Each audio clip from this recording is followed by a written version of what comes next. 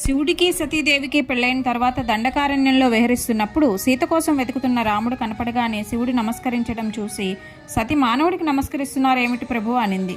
అతను మానవుడు కాదు, స్వయంగా విష్ణువే అన్నాడు శివుడు. అది నమ్మని సతి రాముడిని పరీక్షించడానికి సీత రూపంలో రాముడి దగ్గరకు వెళ్ళగా రాముడు శివుని మనస్సులో స్మరించి ఆమెకు నమస్కారం చేసి కుశల ప్రశ్నలు అడిగాడు.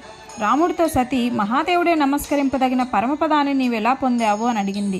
దానికి రాముడు, పూర్వం నా శివభక్తికి మెచ్చిన ఈశ్వరుడే సకల దేవతల సమక్షంలో ఈ సృష్టి పాలనా కర్తవ్యాన్ని నాకు అనుగ్రహించాడు. తన ఐశ్వర్యానంతటినీ నాకు దారపోశాడు. అనేక విధాలైన వరాలు ఇచ్చారు. నన్ను ద్వేషించే వారిని తానే వధిస్తానని శపథం చేశాడు. తాను నాకు నమస్కరించి అందరూ నాకు నమస్కరించేట్లు చేశాడు. ఆ విష్ణువే నేను.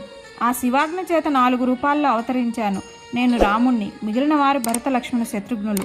తన పూర్వగాథ తెలిపిన రాముడు ఆది దంపతులు దర్శన భాగ్యంచే సీత నాకు లభించుగాక అని చెప్పి వెళ్ళిపోయాడు.